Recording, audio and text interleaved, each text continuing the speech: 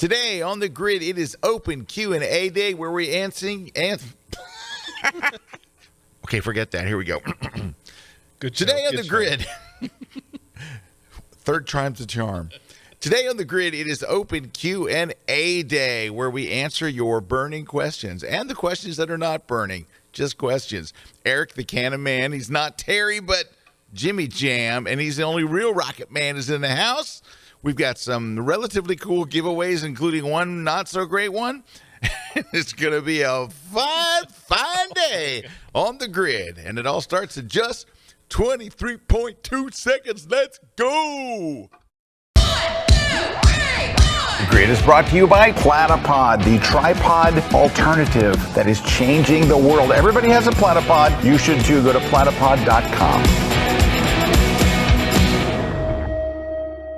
Hey, everybody. Welcome to another obviously live episode. Very live. Very, very live of The Grid. I'm Scott Kelby, and joining me, as always, the real Rocket Man, Mr. Kuna. Well, hey, Scott. And speaking of live, you just got back from a live event yesterday, I did, right? in Orlando. It was Wow. my first full day live seminar in front of a crowd since 2019. And it was great. We had such a great crowd. The people were super Great nice. crowd, yeah, all around. It was really, really nice. It was tons of fun. And I ran over a bit. It went a little did. longer. It was supposed to end at 5, and let's say it went over a bit. Well, we just over-deliver. That's We what we do. over-delivered. Let's All call the it time. that. We But over-deliver. a very, very nice, super nice crowd to present to. And it was just so nice. Like, you know, I've spent like the last few years looking at a camera like we are today, but now I can see Jason if I look over there. For some reason, he's not in the control room today. He's on the floor, but it's just Jason over there. And as nice as Jason is, he's a good guy. He's not a crowd. He doesn't give you the level of feedback that you want from a room full of people. So it was a lot of fun. Actually, Jason, it will probably give you the level of feedback you need from a whole crowd sometimes. There you go.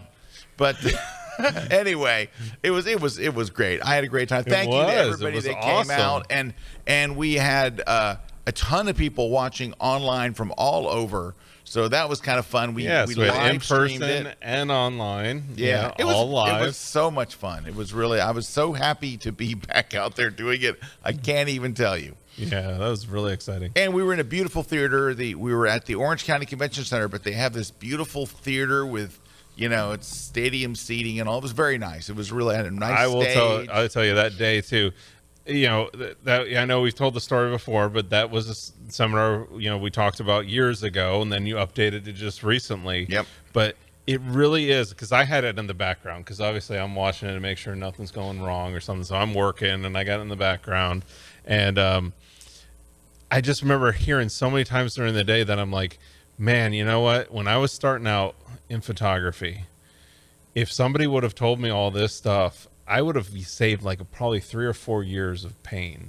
Yeah, and that's what I tried to do. And I know that's what you tried to do. I had a class called 10 Things I Wish Somebody told me earlier. Yes. And I did some of those things that you learn the hard way, or when you finally learn them, you're like, why didn't anybody tell me? But I think the hit of the day, though, was the Photoshop and Lightroom stuff. Oh, yeah, because there's so much you can do now that's so easy. Oh, yeah. And I showed it in the context of how we really use it in photography today. A lot has changed in Photoshop and Lightroom in the last couple of years. So anyway, I had a blast. It was a blast. And I took out of it when I'm listening to it, I'm going, man, this is like 3 years worth of like not having the pain of agony of starting out with photography. And I'm like, I think that would be something that would be very valuable if you had a friend who was getting into this to get them into it. Hey, were you listening when I called you a nerd yesterday?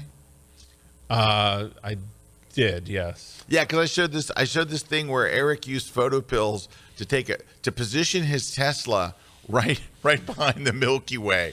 And I said, so Erik's out there and he's putting the Milky Way there, and he wanted this thing where he lit the inside of his car, and then he did this thing, and I'm like, he's kind of a nerd. Yep. It's like, it's what I do. I'm a nerd. It's what he do. Yeah. Anyway, today is open Q&A day, so we are taking your questions on anything. Anything. We can talk about gear. It could be as simple or as complex, because we be have either one. I mean, I've got my nerd hat I can start putting on. We also have Photoshop and Lightroom and trivia tips today. We've got giveaways. Yeah, we got a bunch of giveaways, right? So including one that's not so great. First giveaway, big one, the Platypod disc.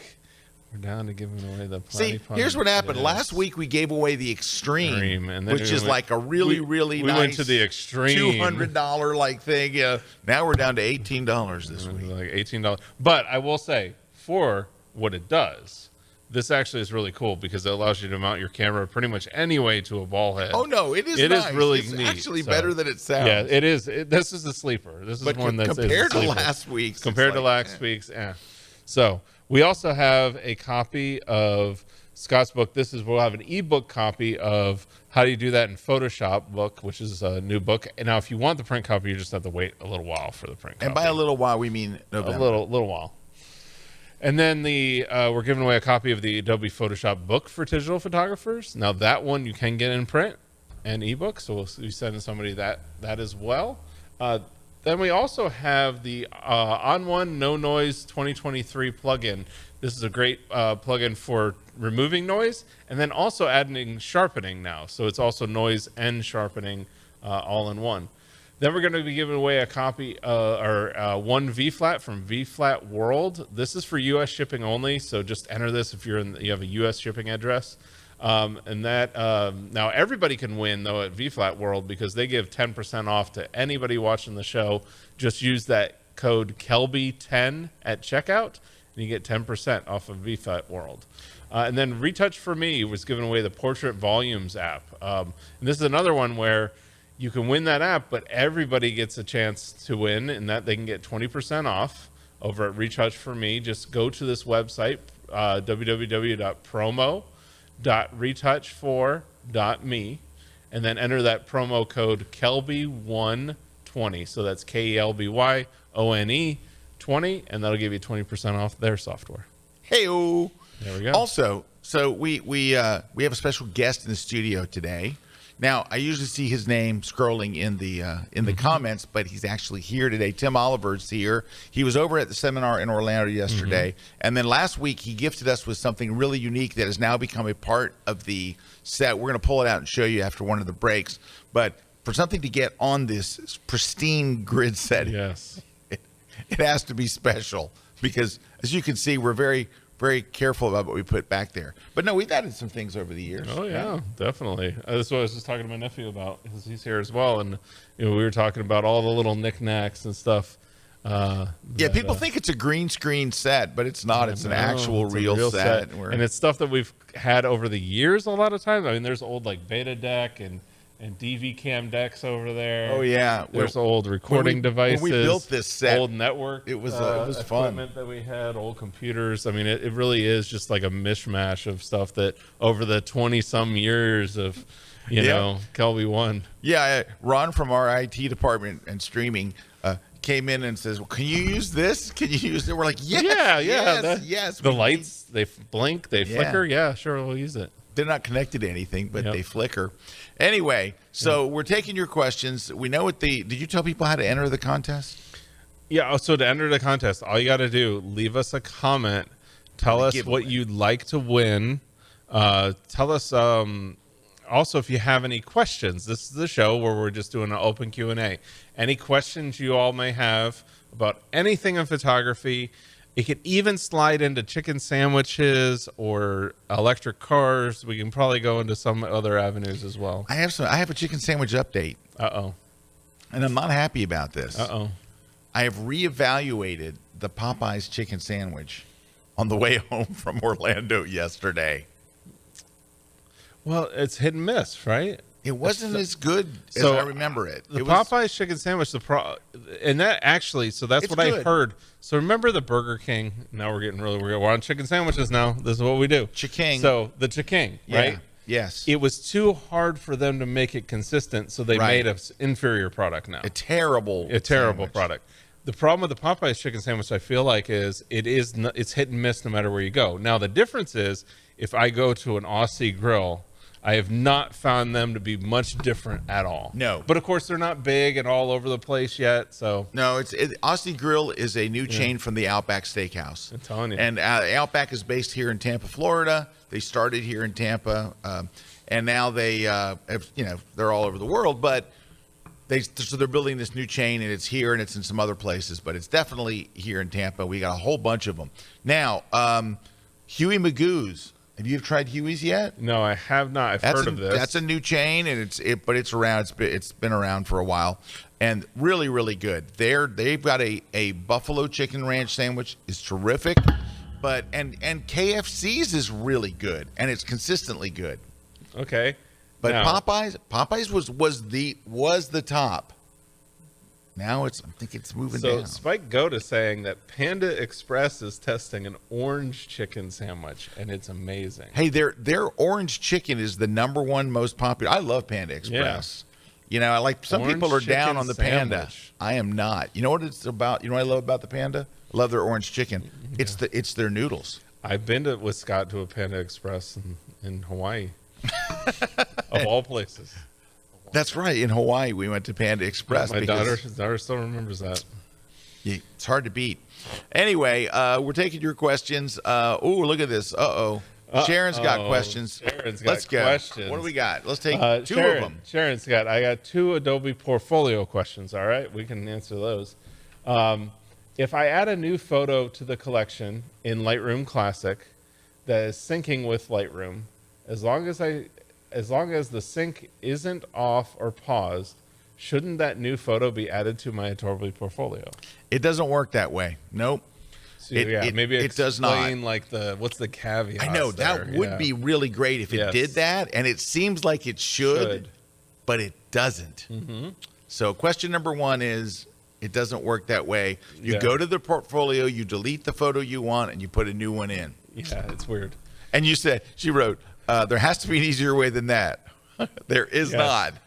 It's dumb, but it's the way it is.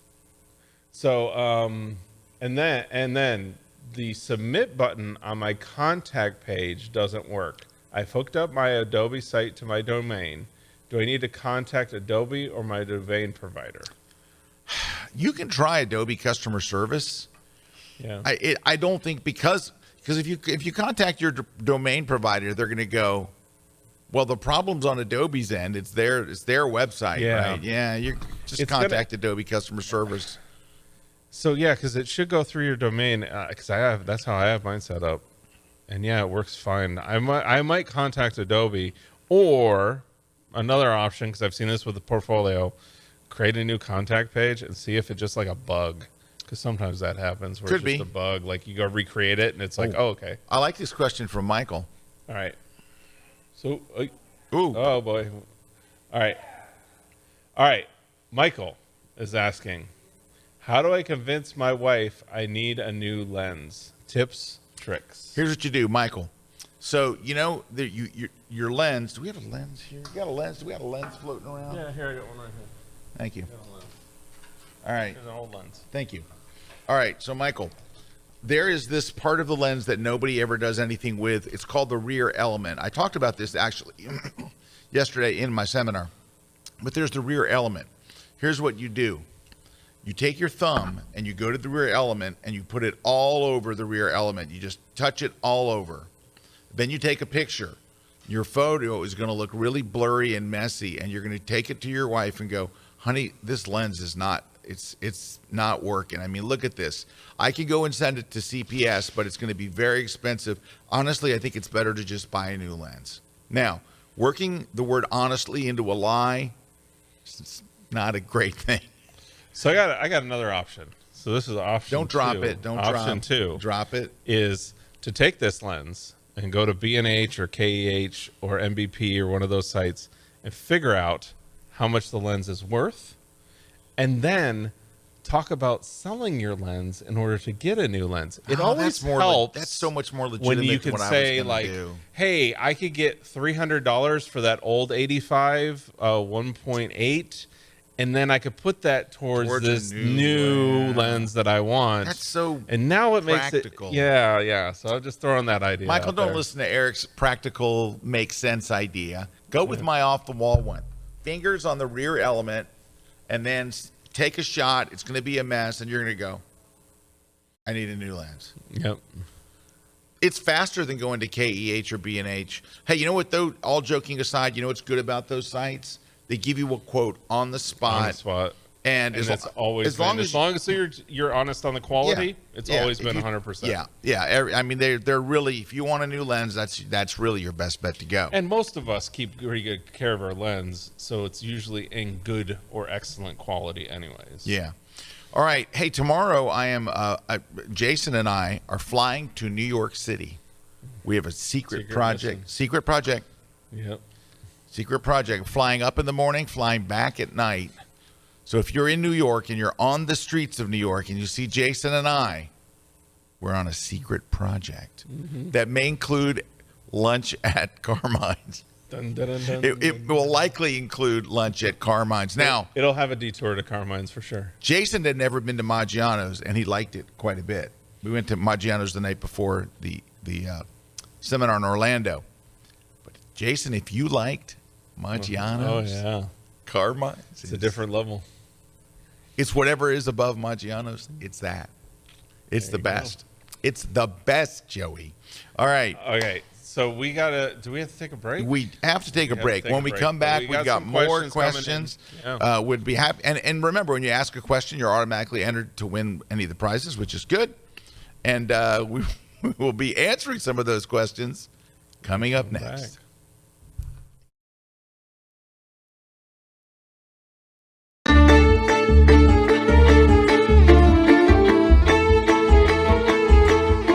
How do you create a sense of timelessness and romance and intrigue when you do your travel photos? Wouldn't it be great if you came back with these photos that literally take the viewer away, where they look at the photos and they're like, where's that? I want to go there. You've seen that type of travel image where all of a sudden you're taken away. And what it is, I think, one of the big things is a sense of timelessness. It's where you compose the shots, and it's not just when composing, it's what you do in camera and what you do in post-processing that makes all the difference in the world. Well, we just created this course here in beautiful Portugal where we show you how to create that timelessness. And what we do is we're traveling all over the city to show you again and again and again, here's how to create that timeless look that doesn't look modern, that doesn't pull you out of the romance and the passion of the scene, and it lets you tell a story, a timeless story. It's going to be that thing that helps you elevate your images to the next level, and we've done an entire course just on that. We're all over, walking everywhere. We're going across the river. We're showing you all kinds of different scenarios, but it's not just what we do in camera. It's what we do in camera and what we do in post-processing. So come watch my brand new class on creating timeless travel images, and it's exclusively at kelby1.com. This segment of The Grid is brought to you by B&H Photo, the professional source since 1973. Hey, we're back, Scott and Eric, and you know what it's time for? You know what it's time for? A Photoshop tip. Photoshop tip, yeah. All right, my tip today is on Photoshop's new generative fill. Okay. Now, I showed some of this. Beta. It is in beta. Showed some of this in my seminar yesterday, but I tried to show this in the context that photographers will actually use it. Yeah. You have all seen the crazy crap on Facebook and on TikTok. Sometimes that kind of turns us off too, because we're like, oh, that's too far. I know, yeah, and it's stuff that we wouldn't do. Like as photographers, you're like, I'm not really going to add, a lake there and put swans in it. It's just not. We're not going to do that, right? I could see, because a lot of the things that we saw online were for graphic designers and people that needed to create something for a social media or something. But I really spent like yesterday showing here's how we'll use it. Photographers use it. Because you guys that watched my webcast today came out, I was quite concerned. I was like, yeah. But there's good applications. There's a lot of good applications, and here's a typical one of them. This is a typical one. So take a look on screen. All right. This was taken a number of years ago. I took it in the studio, 10, 12 years ago, when tilting your camera was a good thing. Yes. Remember And you you're did like, remember we had the "No, tilty I don't want to do phase? that anymore. Now you're like, oh, that's like, 2006 called. They want their shot back. All right. But here's what you do. There's a thing called generative expand, and it is a feature of the generative fill thing. It works with the crop tool, right? And if you look up here under fill, you're going to set it to generative expand. And all you're going to do is this. We're going to rotate the crop to where she's straight, somewhere like in there. Yeah. Now, if I just hit return and regular crop, I just wind up with all these big white gaps everywhere. Yep. And you have to crop the image so far down you wouldn't do it. But generative expand uses the AI to make things happen. So when you hit the return key, in 12 seconds later, see, that's it goes the out to servers. Go- It analyzes the Yep, photos. analyzes the photo and goes through all the figures out. AI. Yeah, The AI figures out where shadows and light and arms and dress and backgrounds and everything is, and hair, And then it says, "Oh, there you go." and there you go. And then it And gives you those three choices. Gives right? you three different choices. So this is choice A, choice B. Choice B looks good, and B choice looks good. C, I'm going to go with probably B. B, yeah. But you see, it Wow, filmed. It that's filmed in the so cool. arms. I know So cool. And guys, there's so many applications like this. And so I've been going back to old photos that I was like, because a lot of times there's a particular thing that, Yeah, you had like a great photo, but it was and just something off. one thing was like, and then when you fix it, it's just like it brings life back to those photos. And I think this is much more likely the things that we will use as photographers rather than the crazy stuff that you've been seeing.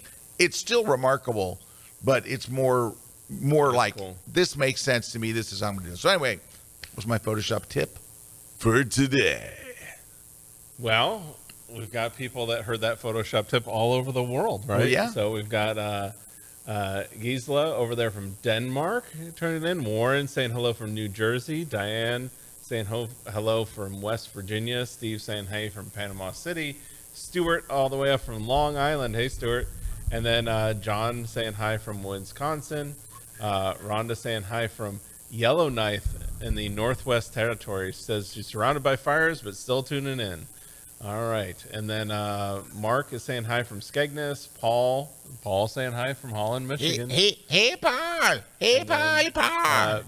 Benoit saying hi. Bonjour. So there you go. That's a great name, Benoit, right? It's Yes. like That's awesome. All right. so French. And then Vince is saying the event was great yesterday. Thanks, Scott and the crew. There you go. Thank you. Hey, our crew did a good job. I mean, we went Yes. on location, streamed the whole event live. Well, and we were talking about yesterday, what's so hard is when we go back to going in person, at a convention center or a hotel, you're always reliant on their, I guess I would call it antiquated systems. They're antiquated. The bad mics, the Yeah. dim projectors, Yeah. weirdness. When you control it all, it's like you do the good stuff. Right. But it's like when you got these, anyways. Yeah. It's always. I know our crew, while it looks smooth, our crew's always like kind of, going Or our crew crazy. is- Like, hey. hey, where's those AV people that were supposed to show up Right. half an hour ago? Our crew is tight. Our crew is the best.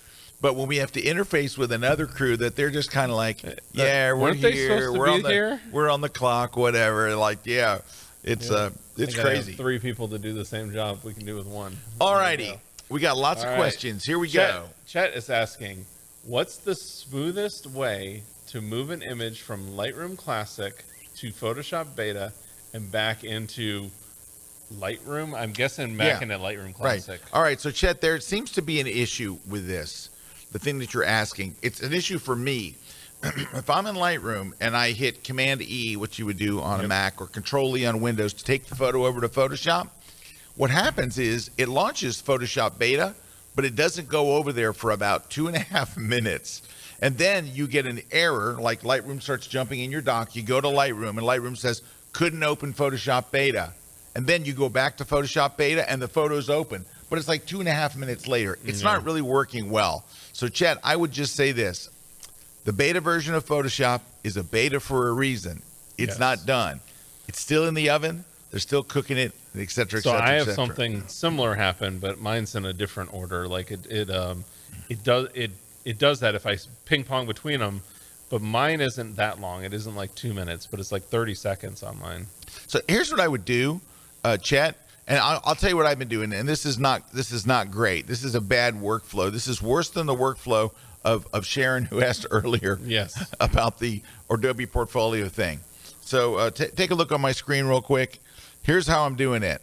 I take the photo out of Lightroom and I drag it to the Photoshop Beta icon. I bring it into Photoshop Beta. I do whatever I have to do. I save the file and then re-import it into Lightroom. It stinks. It stinks. It's bad. It will get fixed once they round trip. Once they release it out to the public and it's not beta. And that's going to happen too. People forget that the beta version will go away, and what will happen is we'll just move everything. All have that same version. Yeah, we'll move into it won't be beta anymore. So, all right. Hey, before we go on, can I talk about our special thing on the desk here? Yeah. Did you guys see this? All righty. So this right here, let me aim it towards you.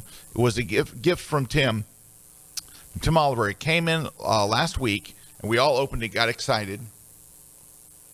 It is a real Brownie working camera that has been converted into a lamp. So you've got this real camera. It was a real camera. I don't know how well it works with a lamp in it, but anyway. I think it might have compromised its integrity. It might have. He built this whole thing, put an Edison bulb in there, and it's just so cool. Yeah, it's a great desk lamp. It works. Whoa. Yeah, office lamp. Don't wreck it. Yeah, it's got a little. It's got like that switch on the side. Yeah, it's just got that look that it's definitely a conversation piece for photographers. And this is, I believe, it's from it was made for like 4 or 5 years, right? Mm-hmm. In the I can't remember if it's the 40s. Excuse me. The 50s or 60s, but I think I want to say 50s. Mm-hmm. Erik will find out. Yeah. But so many people, this was their first camera. So this is the Brownie is a very famous camera in like camera history. It wasn't like a one-off from some weird company. It was a very, very famous camera at the time. And so many people that I meet say, I cut my teeth on a Brownie. I mean, so. Yeah, the intro price was $1. And let's see. It was $1? Yes. $1. That's no wonder why Tim gave it to us for free. It was $1. So that model, let me see. Looks like that was 1957. 1957, made by the Eastman Kodak Company. 1960. Yeah. Kodak Brownie. That is a very affordable kind of everything camera. Yeah. Like All a right. Canon Rebel. Oh, look at this one. Look at this. I like this first question. So, Rusty's asking, just finished watching the Silo on Apple TV. It was really good. Any other recommendations? Yes. Isn't Silo good? Rusty, go watch Hijack, also on Apple TV. It is really, really good. Another good one if you're looking for, it's not as, we just started it last week. Give me a second. It was really good. The Lioness, I believe it's called. Okay. It's really good. We just started it. Now, it takes me a while because every Saturday night, my brother and his girlfriend come over, and we have movie night and TV night. We watch whatever our show is, and nobody watches it until we're together. We have dinner and everything. It's all really, it's a fun thing that we do. We just started watching it, and I saw on my Apple notifications the new episode. I think it's called either Lioness or The Lioness. But go watch Hijack first, and then go watch The Lioness. They're very, very well done. Very good. So there you go. All right, next. So Deb is saying, any thoughts on how to tell the boss that having a white step and repeating... Yeah, step and repeat background. Yeah, okay, step and repeat background with no shade is a bad idea. Or thoughts on how I could shoot that and have it not have not editing time. So Yes, basically, Deb, what I it got takes you. to speed it up. Here's what you got to do. You got to get a one-stop diffuser. I've seen them as low as $9 on Amazon, but you can get a large white diffuser, put it over everybody's head. They'll look great. The backdrop will look great. That's it. You are a diffuser away. You're not going to. I mean, this way you can. Now somebody will have to hold the diffuser. Like if it's Well, Erik, you could maybe get 2 stands and clamps that you could rent. Ah, You could yeah, rent I know, but it doesn't sound like her boss is that kind of boss. it. Yeah, that does sound right. like that. It sounds like you can go. You could pay immediately if you have to put the $9 out of your own pocket. $9 is now less than like a drive-through at Wendy's. I mean, you just got to get a big diffuser. Just get a big one-stop diffuser. Okay, realistically, Deb, you're going to spend $30. Yeah. So maybe you could build one even cheaper if you got some carpentry skills and a Yeah. shower curtain. Yeah, shower curtain liner, not a shower curtain, That's not what I a meant. shower curtain. Don't fall for that. Yeah. It is a frosted shower curtain liner. Translucent They are $4.95 at Walmart. That would do, but it's You going can to even look do weird. There's frosted plastic drop cloths that are cheaper than that. No, I know, but just get a one-stop diffuser. Yeah, I mean the point. Anything that you can use. Yes, They could be as simple as Just buy a one. poncho. That's it. translucent. There it is. Go buy this Rhea 5-in-1 collapsible reflector disc. What's nice is when you're done, you've got a diffuser. So that is a zippered thing with a silver on one side, gold on the other side, white on one side, platinum on the other side. You unzip it, and inside is that 42-inch. It's $23.95. Go get it on B&H.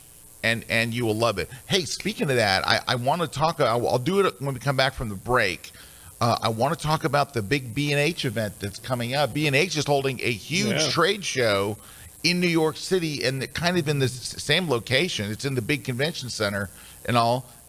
It's the Build Expo right there, BILD, and it's going to be big. It's going to be really big, in the Javits. dude. They have 100,000 square feet. Yeah. 100. And look at some of these names here. Amy Vitale, holy cow. Mark Seliger. I mean, these are some Franz Lantig. It's big. Yeah. Big. go. So, look, Jerry Johannes is there. Yeah. Hey, well, there's on there. Hey, there's scroll up a little Kelby. bit. Scroll up just a second. Oh, okay. Sorry. I thought it was somebody else. I just saw a picture. I thought it was Jay. All right. There we go. Anyway, it's going to be great. Come and see it. I'll see you there. I'm doing one of the keynote presentations. I got a good one, too. It's good stuff. Awesome. Erik. Yeah. It's good stuff. It's good stuff. All right. We do need to take another break. We have more questions. We got lots of questions and lots of giveaways. And no one ever started our timer for this show. we so actually don't know we need to we take have a break. no idea. But I think we need to take a break. Yeah, if Juan was on the floor, that never would have happened. Absolutely never. I can tell you right now, that's Never. not. Juan is on that stuff. Let me guess. Jason is Jason on the floor. Yeah. He needs multiple monitors to feel comfortable. Yep. He doesn't have a bunch of monitors. And look at him. He's just jibbing it Oh, all the he's way out jibbing into it nowhere. all. I want to see if he goes to where my arms Jibbing cut it off. into nowhere. Jibbing to nowhere. Jibbing to nowhere. Oh, there's Christina. And Wow, there's it's like dogtography. behind. It's like at Oz. There she is pulling the strings behind there. All right, I think that's our cue to go to commercial break. Coming up next, more of your questions and a gratuitous shot of Christina. All right. And Hi, I'm Rain Hayes. I'm here with the Kelby One crew in Miyaka River State Park, and we're going to talk about my favorite subject, infrared photography. Infrared is a beautiful medium. You have these really special features like extra detailed clouds, glowing white foliage, beautiful dark blue or black skies and water. It's really, really special.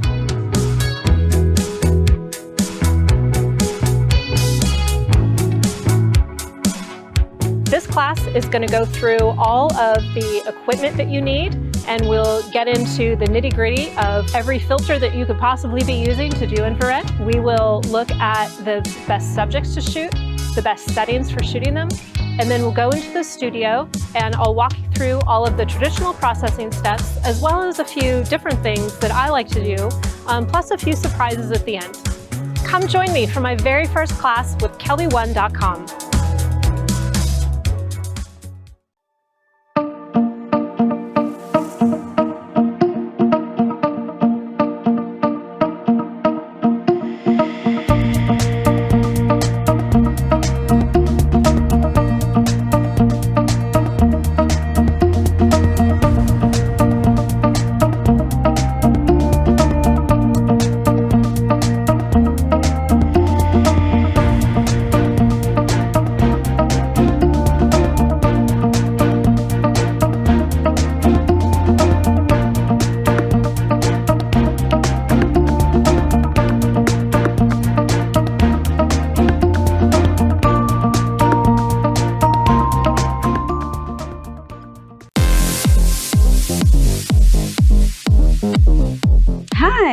I'm Amanda Lusan, your posing coach.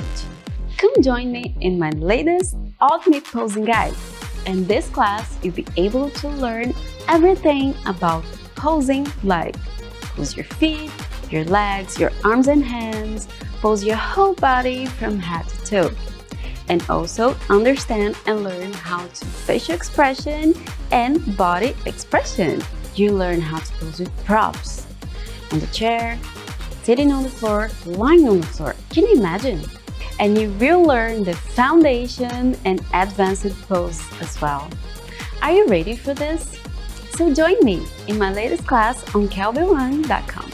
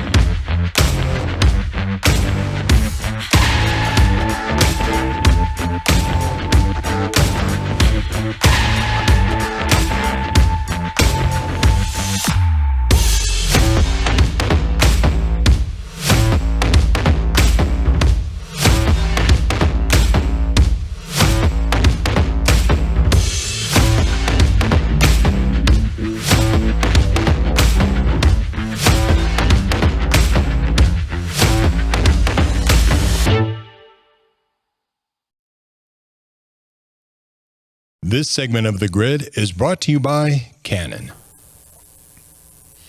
Hey, Scott and Eric, we're back. We were just talking about the Build Conference, which is coming up in early September. You know what else is coming up in early September? Photoshop World. It is coming up, and we would love for you to be there. It is coming up on these dates right here, September 5th through 7th. You can watch the whole thing online, and you can save money if you register now. So plus we got the pre-cons on the day before that are included in the price. And then what's great is it's streamed out, or you can get it for an entire year. So you get every session. Yep, and it's 3 tracks, 3 days, plus the pre-conference day. Yeah, so I think it's like 50 training classes, full-length training classes. Yeah, it's the biggest event we do the whole year, and we have an all-star cast of instructors. So go to photoshopworld.com. And we got some exciting like after-hours events as well. Yes, exciting. We even have a nice. We always feature a photographer, and this year we got that. A night with Rick Salmon coming. With Rick Salmon, yes, we do. Rick Salmon, so we got a lot of cool stuff. That'll be good. He's a very inspiring speaker, and he's got a lot of great shots. He'll be showing some crazy stuff. So you won't want to miss it. Definitely go over to photoshopworld.com and check it out. All right, let's hit some questions. Right. So Ken's asking, I'm shooting an indoor concert this weekend. Any advice? I seem to remember you guys talking about this a few weeks ago, and you mentioned ISO settings. Yeah, and that's okay. Definitely. So Ken, here's what to do: go to my blog, scottkelby.com, and Brad Moore, who is a professional concert photographer, has done a number of tutorials there on how to shoot a concert, and he tells you all the stuff. Not just the camera settings and stuff, but all the stuff that you'll need to know. Yeah, to be I mean, if you went up to the search and just to Brad Concert, it would just Brad come up. Concert, and you'll find it. It'll come up. His stuff is really, really good. Oh, well, there you go. But yes, I mean, you are right. I mean, that's going to be one of the things is having things like auto ISO and be able to, expose and have range. And he'll talk about all that stuff. He goes into all this stuff. It's very, very good stuff. All right. So Lisa is asking, any rumors or ideas on when generative fill will be available in Photoshop? Adobe Max, maybe? ? So that would always be my guess, Lisa, because Adobe's big event is in early October. It would not surprise me to see them open their keynote by saying, now this is not insider information. I don't know, but this is all rumors. If I was a betting man, that's what I would think. I would put my rumor on Adobe Max, but of course, Adobe could have a thought process of maybe we get this out a little sooner so then we can show more at Adobe Max. I don't know. We don't know. What do we know? We don't know. They added that generative expand in the middle of nowhere 2 weeks ago, just so who knows? So, yep. All right, Nikon Girl is saying, what is the best course to take to learn post-processing for bird photography? And same question for landscapes. All right, Nikon Girl, if it's okay to pitch our own stuff. So at Kelby One, we have learning tracks. You get on a track, and it starts off with the real basic stuff, and then it takes you further and further down the track. It tracks your Progress. Progress. Thank you. That's the word I was looking for. Yeah. It tracks your, thing. That thing. Tracks your progress. Go to Kelby One, join the Kelby One Pro plan, and start on the learning track. We have it for wildlife. We have a lot of stuff on birding. We have a lot of stuff. We have a ridiculous amount of stuff on landscapes. Oh my gosh. Yeah. And just jump in a learning track and go, and you'll get it. Yeah. I mean, like that. And I think what people don't even understand, really understand with Kelby One is it's a library of also years and years of classes. And a lot of this stuff, you look at it, the concepts in landscape photography have not changed. Yeah, they So don't. there's things where you can learn from anybody. And I mean, this is literally a platform that the courses on there have been developed on location. I mean, they're talking, there's millions of dollars of production that's gone into these classes to get you this information. But Kelby One is designed to be the place that's going to, like we were talking about earlier, get you up to speed with everything on photography, so you can just know everything about photography that you need to know at the stage you're at, because we have classes all the way from the beginners to the advanced. And Nikon Girl, thank you for asking that question. We're very happy to answer it. All right. Yeah, you. Dwight in Tennessee is asking, what is the best method to move 50,000 photos in Lightroom to a new hard drive? All right, Dwight, it's important to understand that your photos are not in Lightroom. All that's in Lightroom are thumbnails. Your photos don't go into Lightroom. So the question should be, what's the best method to move 50,000 photos on my computer to a new hard drive? All right. Yeah. And if you go to lightroomkillertips.com, which is my other blog, I have entire articles on how to move from one computer to another, how to move your photos, how to move your catalog. There's one article on how to move your catalog, one article on how to move your photos and stuff. But I have just go to lightroomkillertips.com and search there. And I'll tell you, an even better thing is, if you are a Kelby One member, there's a class called Slim System. If you use this, it will always answer your question. You will never have a doubt of where your photos are, files are. Go there, kelby1.com. Go right there. You can see the page. You can go sign up and take that course, and that will help you. Alrighty, there we go. Next. Yep. All right, Dan's asking, any tips or tricks on how to get around the resolution limitations using beta generative fill? Because this is the problem of when you select an area, there's only a maximum resolution. I think it's 1080 or something. Yeah, something like that. Yeah. So here's the thing. I expect that when it moves from the beta version to like the other, live, it is going to res up. However, here's the best way to do it for now, Dan, is don't make big selections. Yes. Select a small area. Select, it's like it'll do 1024 or something like that, 1080. 1080 or select something, and then go 1024. down further and select the next one and select the next one. Just don't do a big That's selection. Just do square selections, they're about 1,000 pixels a piece, and you'll be fine. It's hard when you're doing some of that stuff like degenerative expand, because there's so much sometimes. But I will say, when it's a background or element, it doesn't look that bad. I think expand uses a different. I think it does. Expand uses a different thing. But the point being, if you're having a problem, do smaller sections at a time. All right, good question from George. Yeah, George is asking, hey, Scott and Erik, any recommendations dealing with jet lag and sleeping when traveling? Yeah, definitely. Okay. Go ahead. All right, so George, as far as jet lag goes, the big secret is this. Now, you'll read articles that say, drink a lot of water on the plane. You should always drink a lot of water. Hydrating is always great. It's especially good when you're traveling internationally. But here's the secret. Ready? This is not a big secret. It's well known. Wherever you land, you're on their time.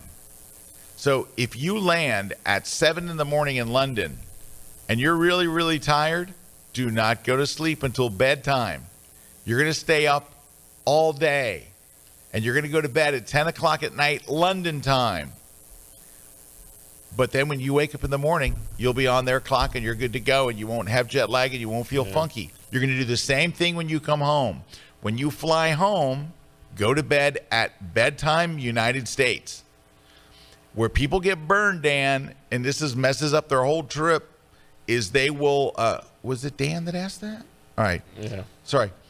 When where they get burned is they go to London and then they're really tired and then they go take a nap, and that nap goes for 8 hours, and you wake up at 2:30 in the morning and you're wide awake, and then your clock is off for the whole trip and you feel like crud. It's just a mess. Just go to their time, and that will do it. Unless you want to be up in the middle of the night, and in the case, I do a little different. So, all right. Yeah. Now, sleeping when traveling. Here's what you got to do. If you can't sleep on the plane before you leave, go and download Erik's Photo Pills class. Oh, yes. That'll do it. You watch 2 minutes of that, and you are out cold. Yep. Out. You'll be unconscious. Like, it is impossible. What is this nerd stuff?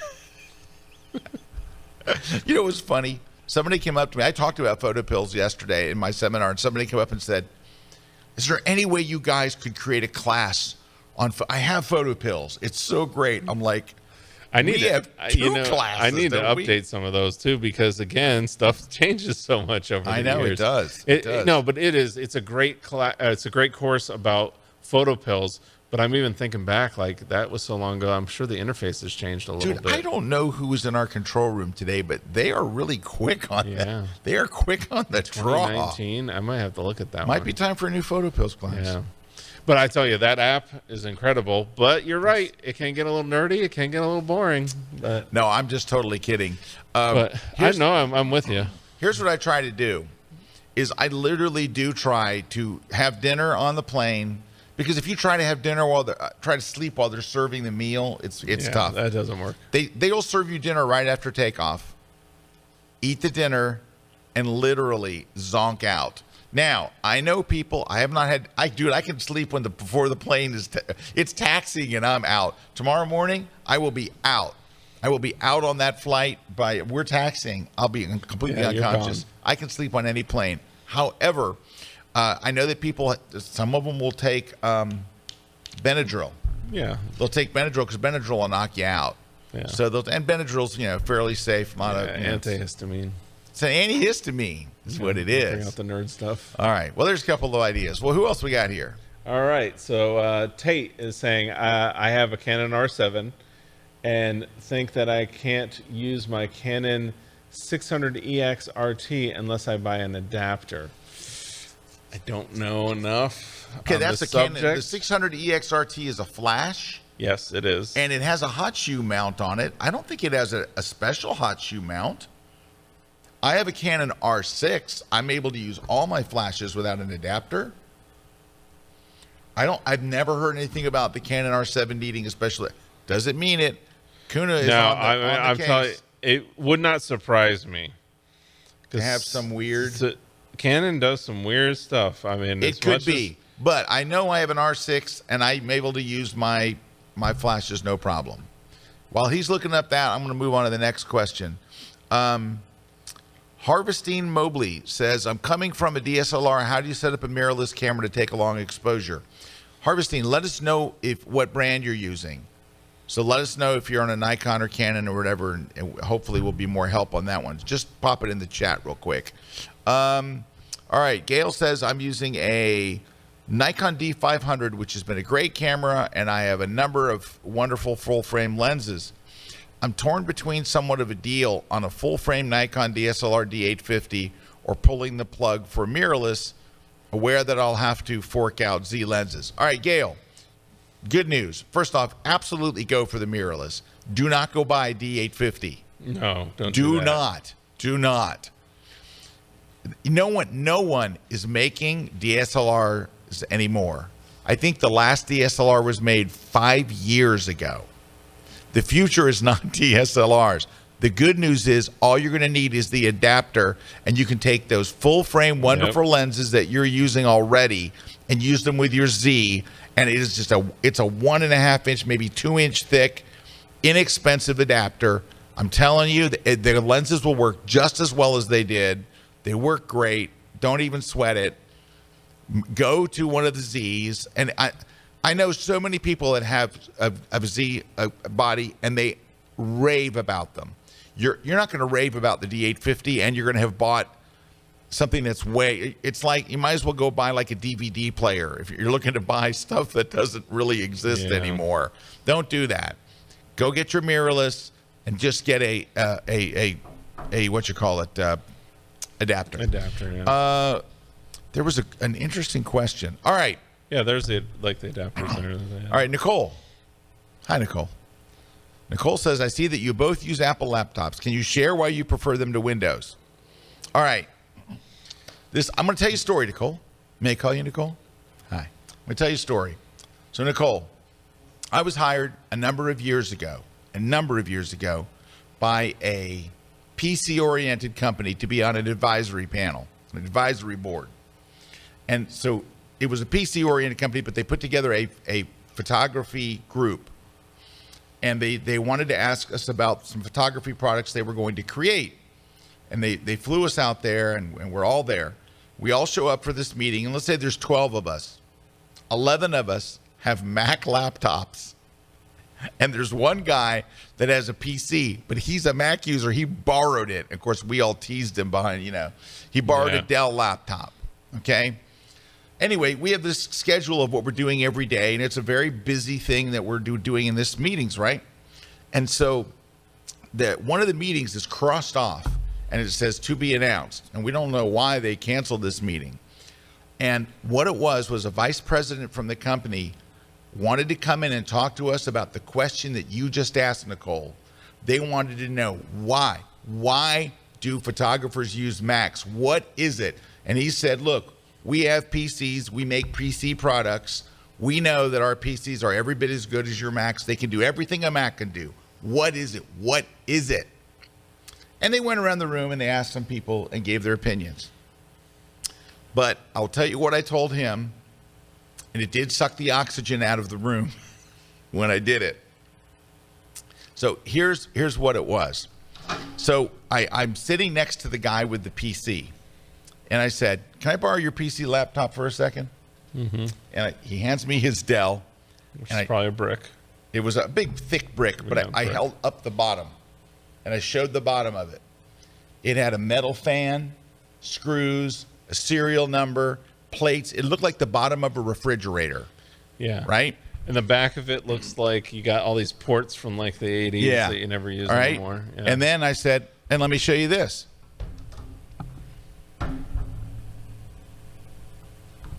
How it looks matters. This is the tool that we use with our art. This is it. This is the tool that we use. His computer was made for the accounting department. Mine's made for the art department. A Macintosh speaks to the creative side of us. And it's little stuff like that. Now, do Dell laptop bottoms look like that anymore? No, they look better. They've cleaned up their act. Because the number one best-selling laptop in the world, and it's easy to go find this and look it up, is the Macintosh PowerBook line. So we use them because this is the tool that we make our art, and it's not just the body. That is one small thing. Because it's not specs, it's not processing power, it's not what DDR, whatever, 4, 5, 7. It is designed in a way that makes artists happy. You feel it throughout the product. That's what it is. It is an emotional thing. That's why it's so frustrating for PC users who go, look, I can buy one so much cheaper and I can do this and all blah, blah, blah, blah, blah, blah. That's like saying, you know what? Why would anybody ever buy a BMW or a Mercedes or a Tesla? Because I can just go get a Ford Explorer that has better features for less money. Yeah. It's not something that is listed in a list of specs. It's something that speaks to your soul. That's why so many photographers, and when we hire photographers all year long, it is rare for a photographer to show up with a PC. It happens. And you know what? And for most times, it's fine. But I have noticed also a couple of things over the times. The instructors who, we've been doing this for, I've been 17 years, right? And the instructors that come in with the Windows machines and the difference between how many instructors have a problem with their Mac machine versus a problem with the Windows machine is probably 10-1 on the Windows side. Easily. 10-1. And that's my personal experience has always been the reason that I like the Mac is because it doesn't bother me. It's kind of like translucent, like the operating system where I'm just using Photoshop. I'm just using Lightroom. I'm not to fight with updates and drivers and system shaders, things coming up and all this stuff that come in all the time. Error boxes coming up. It's just, it is what it is. And that's viruses. what I've found. And viruses aren't even a part of our world. It's like it's just an easier way where it's like it just works. And so between the looks, which I agree, looks do matter, and then it just works. So it just looks good and it just works. And I understand that on paper, that's where a lot of times like photographers, the most frustrating part is they'll go, well, yeah, but look at this technical readout from this blog on that sensor. And it's like, yeah, that's like PCs do that all the time. Look at the specs. Look at how fast it is. But I know in actual use that does not happen. In actual real life use, that doesn't happen. It's kind of like EPA ratings on mileage. Yeah, it just never happens, right? And that's what I feel like on the Windows side. It's because, again, the market also on the hardware is different from the software. So the operating system is built by somebody different than's making the hardware.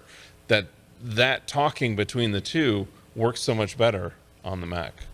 And also, once you have like an iPhone or an iPad and all, the ecosystem that is created between your computer and your phone is really very nice. Okay, we're going to move off of that. I would like to do a Lightroom tip. You're supposed to do a trivia thing. We're about out of time. So you do get ready on your trivia. I got it. I'm going to do my Lightroom tip when we come back from the break because we're going to do a break. When we come back, we're going to Lightroom size. We're going to trivia size. We're going to answer a couple more questions. And then it's lunch size. Hi, I'm Rain Hayes. I'm here with the Kelby One crew in Miyaka River State Park, and we're going to talk about my favorite subject, infrared photography. Infrared is a beautiful medium. You have these really special features like extra detailed clouds, glowing white foliage, beautiful dark blue or black skies and water. It's really, really special.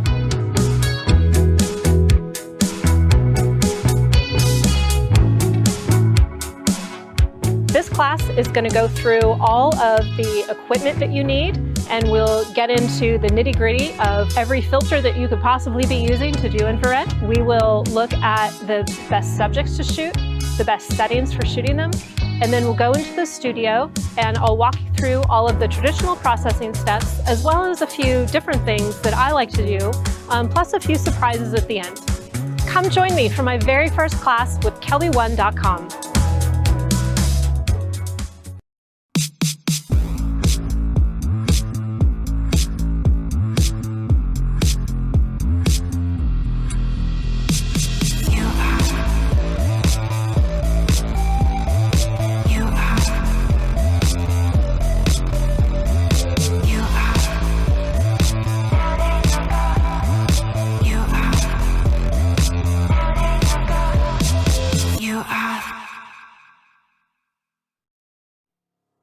I am a portrait and wedding photographer based in Valencia, Spain. I do mainly commercial and editorial photography, and I retouch up to 100 photos a month.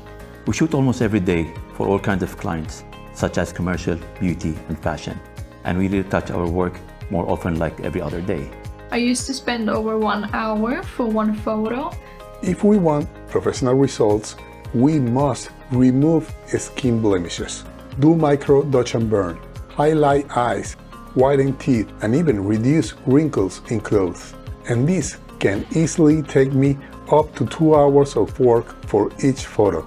So when I saw that there's a plugin for Photoshop that helps you retouch quicker, I was eager to get my hands on it. I read many feedbacks about it, and I found a lot of positive reviews, which made me to consider buying my first plugin. One of the challenges we have at the end of a session or wedding is to achieve an edition in our photograph that look natural. This is where retouch for me has become a game changer. I love the feature that you can pick how much effect it has on your photo, and you can adjust it accordingly to your style. I saved a lot of time and always end up having amazing result with my work. I am extremely happy with the quality. Now, I am more efficient and have more time to spare with my family. This segment of The Grid is brought to you by Platypod, the world's most compact tripod base. All right. Look, Well, there we go. Hey, I just wanted to clear something up. Tate was asking earlier about the R7 and that Canon 600EX RT. I have not found anywhere where it says that needs an adapter. Yeah, I don't think it does. I don't think so. It says it's compatible with that R series line, so it should All be. right. Hey, this is just something right before we went on the air. I got a package. We opened it up. So I have this book that I did this last year called Light It, Shoot It, Retouch It, which, by the way, features a portrait of Jason. So I was setting up. So Jason would fly a drone over the shoots so you could get an overhead view of the shoots, right? And I'll just show you. We're going to use Jason. Let me find Jason here. All right. So here's how each chapter goes. All right. So I show the shoot. Which camera am I on? I'm over here. All right. Yeah. Rats. So I show the whole shoot, and then we pick the picture that we're going to work on, right? And that's Jason right there. And fitting, he's in the dramatic portrait category. Dramatic portrait, right? Oh, yes. Very dramatic. And then we show an actual overhead shot of the shoot as it's being done. Where's the camera? There it is. Which flashes we used, what the power settings were, which soft boxes, and then... Wait. I want to know who was flying that drone if Jason was standing there. If Jason's standing... Good question. If he's in that picture, who's flying that drone? How did we do that, Jason? I just had it hover. Oh, he had it hover. He had it hover. All right. And then we showed the distance from everything, right? So in the next thing, I show you 4 different front view, side view, other view. I'm trying to get rid of the glare. There we go. Yeah. And the distance, how high the softbox is, how far it is from the background, how far the subject is from the background, all the power settings and everything. Then I go through the gear. What gear do we use? You know, we had him set up on a box and all this different stuff, put his leg up or whatever. And then I take you through the whole retouching from beginning to end. Now, you have to imagine with Jason, a lot of retouching. I actually had to send this to a group of students in Stad who worked on it for 6 weeks to get Jason to get the final image. It was unbearable. Anyway, of course I'm kidding. Okay, and then I show you the beginning picture, the end picture. So it's called Light It, Shoot It, Retouch It, because it has all of that in one book. So anyway, what we got today was the exact same book in German, except for they changed the name and they changed the cover. It's the same book. Let's go look at Jason in here. Look, it's Jason, but I can't understand any of the words. All right? That's where you need that Google Translate. Yeah, I'm out of luck here. But anyway, it just came out. It's the translated version, and they're calling it like perfect photography for lighting and retouching. From and lighting like to 15 retouching. workshops in studio and on the location. But they do this all the time. I don't know why. Certain countries will leave my cover and the name, and certain countries will go, no, it doesn't fly in our country. We need a different picture and a totally different name. I don't know why that you couldn't say the name Light It, Shoot It, Retouch It to Germans, and they would go, oh, I get it. Wait a minute. Anyway, Anyways. if you're in Germany, There you go. I'm frozen. Your stream froze. Watch. Okay. You know what it's time right. for? I got it. Lightroom tip.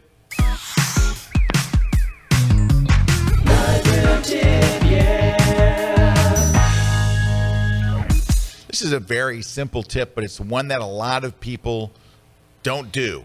It's a 2-part tip. It's 2 clicks. 2 clicks to get a better photo, and we're going to add an optional 3rd click. All right, take a look at the image you see on screen. So this is taken with a wide-angle lens, and look, the building looks like it's leaning back, right? Yep. What is this? This is leaning back and then to Erik, the left. I think you were with me when I took this. Is this inside the Met, I think, in Yeah, New York? maybe. Maybe, I think it's in the Met. Yeah. Anyway. Yeah, so it's leaning back and it's to the leaning left. back and it's all bad. All right, so there's 2 things that you want to do. The first off is there are lens issues, right? There are lens issues that are caused by, like barrel distortion and all this stuff. So first off, you can get rid of a lot of that stuff by coming right here to the lens correction panel in Lightroom and simply turning on this thing right here. Enable profile corrections. It's one checkbox. And what it is inside of Lightroom, there's this giant database of all of these corrections for lens problems. Lightroom knows exactly what make and model of lens that you use to take the photo. It's baked into the XF data in the file. So whether you shoot in JPEG or in RAW, it knows, oh, you shot this with a Canon 14 to 35 or whatever it was. Yeah, it's a 14 millimeters what it shows. All right. When you turn this on is the first level of correction. It can be dramatic or it can be minor, but the second varies part, by lens. The second part works better if you use the first part. So just go, and all you have to do is turn it on. Now you can already see what it fixed. Did you notice? Do you see, like, look at the columns, right? Oh yeah, all that vignetting. Right. The vignetting in the corner goes away. All the edge vignetting, that's a lens issue, right? That vignetting. Distortion. And a little bit of distortion, not much. Sometimes it's very big, but in this case, it's very little. Columns. Now, see, if you look over here, it did know that that was taken with a Canon 14 millimeter lens, and it's a prime that I don't use anymore. But anyway, but you're wondering, does it have your lens? Yeah, probably does. And, all right. And if it doesn't, because I have had this happen where people will say, like, hey, I selected it doesn't. If you go under the make and hit the the manufacturer of the lens, 9 times out of 10, then that'll grab it. Yep. If then you go down and go to that and find and dig in there, you usually find it. It's usually something. Hey, Eric, you're walking on my tip here. Yep. Sorry. Just kidding. All right. That's pretty funny. All right. Then you're going to go to the next panel down called Transform. And 9 times out of 10, maybe more, I'm just going to click the auto button. And you click the auto button and watch. It straightens the photo out. It does it gets rid of all that stuff. Watch. Here's before. And there's after. And this feature. Scott, what about all that white around the bottom? I'm going to give you 2 options on how to get rid of the white. But also, do you feel, I feel like so look on, just show me, Rosa. I feel like it kind of made the room skinnier. Yeah, it did. There's a way to fix that. So I think it kind of made the room look, it fixed it, but watch, let me just look. Technically fixed it. But look, it kind of stretched to the room a little bit, right? So there's a thing called aspect. It's one of these sliders down here called aspect. And it'll make the room either wider or taller. So I'll go a little bit to the left and just kind of bring back some of that so it doesn't look stretched. Yeah. Now, I still have the problem with the corners. There are 3 ways to get rid of this. Number 1 is to just hit constrain crop, this little checkbox right here. Whoops, it went away. Right there, constrain crop. Oh, come on. What's going on? Constrain crop. If you click it, it'll just knock that stuff away. And you might be okay with that right there. I'm not loving that. Right. The next 2 options require you going to Photoshop, which we can do. Let's just take this photo over to Photoshop. Now, if I just drag it over, Eric, it's not going to keep those changes, is it? No, but I can do them here. Watch. 1. It's the same thing here. Yeah, it's camera raw. It's the same thing. 1, 2. All right. There's our corner problems. There's 2 ways to get rid of this. Way number 1 is to just select those corners. So you can go and use the quick select tool or whatever tool you like. It's not really doing a great job with quick select. Here we go. We're going to use the polygonal lasso tool. All right. And we're going to go here. Hold the shift key and do the other side.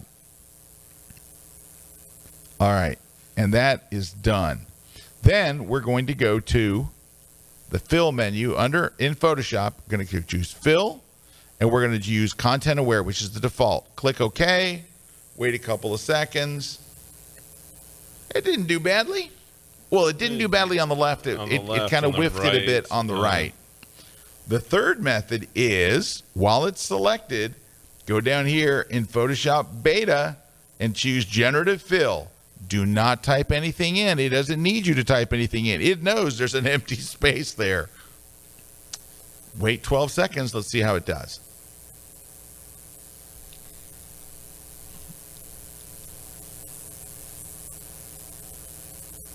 That's pretty good. And we got 3 choices. Let's go with A, B. B's good. It's not C. Yeah. It's A or B. Your choice. They're both reasonable. And all right, now there is one more thing that I would do. I would recrop this photo because it's not really centered. There's too much on the left and the right. So I'll show you how I'll do this. Select all. So select the whole image and press Command T on Mac or Control T on Windows. What does that do? It marks the exact center of the photo. So I can go over here to the rulers, click and drag out a guide, and I know that that is the actual center. And you can see my photo is off.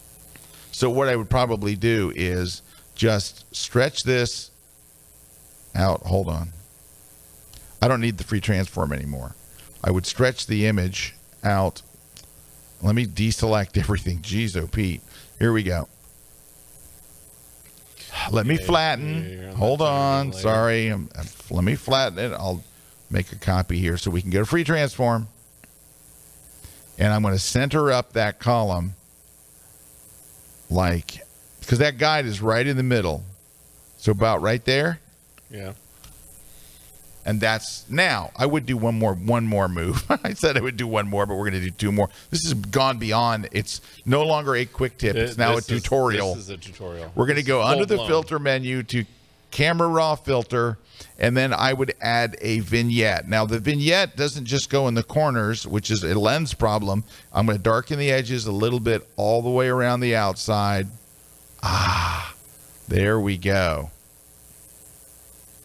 And now it's much more balanced. It is centered, but I still think it looks heavy on the left, but it is actually centered. Hey, you know what? I can see one more issue. Sorry, Eric. I know. We're going to keep on going on this. No, because here's where we got to fix it. If you guys love this stuff, we have a whole site with like 1,000 classes like this. 1,000 courses, not lessons. 1,000 courses. All right.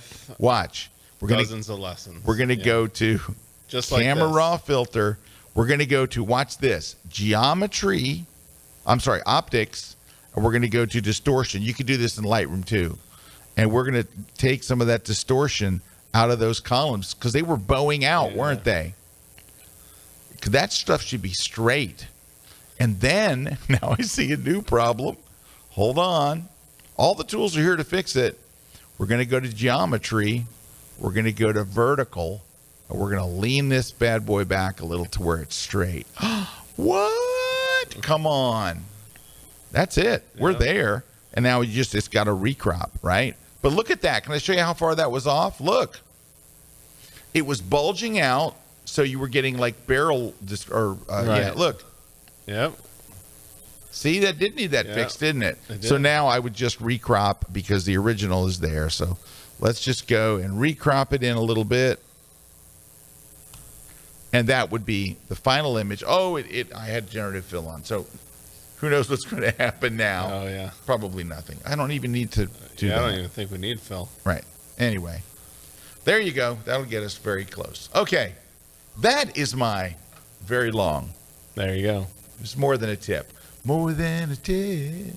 So David's asking, and I don't know, Photoshop, when using Photoshop Beta Mobile, I didn't know that there was a Photoshop Beta Mobile. And you want to save a new AI image, where does this saved image go? I don't know, because I don't know what. Is there a beta mobile? Probably. I'm not using it either. If there is, where does it save to? I don't know. I don't know. We don't know. Hey, speaking of what we do know, we do have to give away. We do have to ask a trivia question. But we still got a couple of questions. Give people time to answer. We got a good one here. Trivia. So we got a trivia question here, courtesy of our friends over at Rocky Nook and their trivia game. So this question is about a natural disaster. So what natural disaster was an Instagram record breaker when 1.3 million photos of this weather event were posted? So this weather event that happened And it happened in an area where 1.3 million photos like immediately went up on social media about it. I have It's a no natural idea. disaster. No If idea. Once you know, add it in the comments, and the first person to answer, Christina's monitoring. She has the answer, and she will give us our winner. Great question from Jerry here. Yeah, so Jerry's asking, what's the lowest used lens condition rating you would consider purchasing? I'm hesitant about used lenses because I don't know how it was treated. All right. This I is a will problem. say this, Jerry. When you buy a used lens from B&H or KEH, they check those lenses out to death before they sell them. And whatever the rating is that they sell you. Now, I would only buy either mint or excellent. I've bought excellent and good. I wouldn't go down to good. I'm like, It matters what lens it's for. And that's why I'll If you're shooting caveat rockets, that. Caveat, it's probably gonna you're leaving it out explode overnight. anyway. It's You're probably shooting gonna rockets. explode. You're going to keep it out in it's weather. born You to die, might not. so it yeah. doesn't much matter. Okay, so that's what I would do. But you know what it is, Jerry? Think about how you treat your lenses.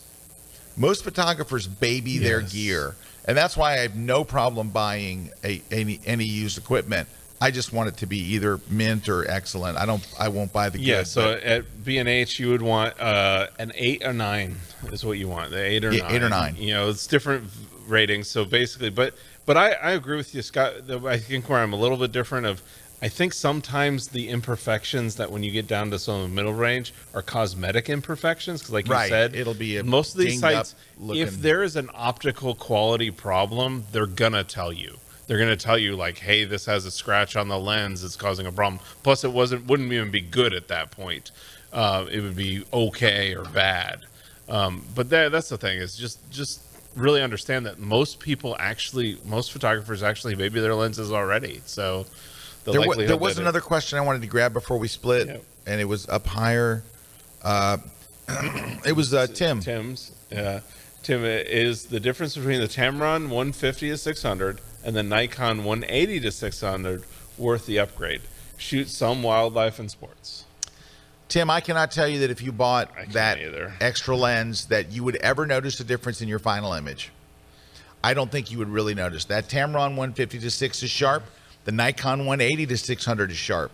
I think you're going to spend the money and you're going to go, it's about what I had already. I don't think you're going to see. It's not like, oh man, this is amazing, because the Tamron was soft and this Nikon is sharp. They're both sharp lenses. I don't think you're going to notice anything. Yeah, I couldn't see.